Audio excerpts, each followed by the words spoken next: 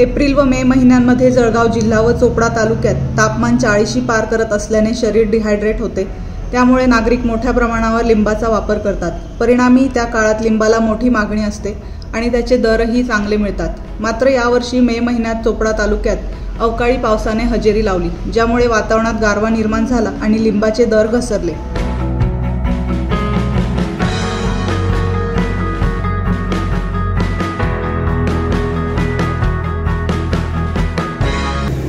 भाव आहे रुपयापासून ते 3 रुपयापर्यंत आणि उन्हाळ्यामध्ये होता 60 रुपये 70 रुपये।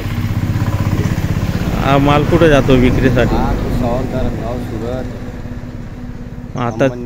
आता जो भावाने विक्री करतायत आणि ते मजुरी सुद्धा परवडत नाही हो। रुपये किलोने जातोय, रुपये 2 रुपये सरासरी। चांगला माल असला तर 3 रुपये भाई, याच्यावरती नाही आहे।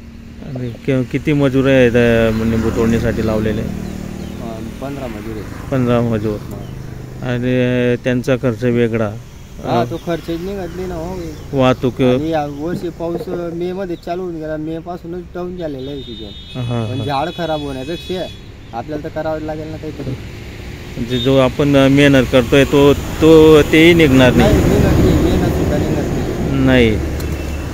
म्हणजे आता 1 रुपयापासून तर 3 रुपयापर्यंत भाव आहे।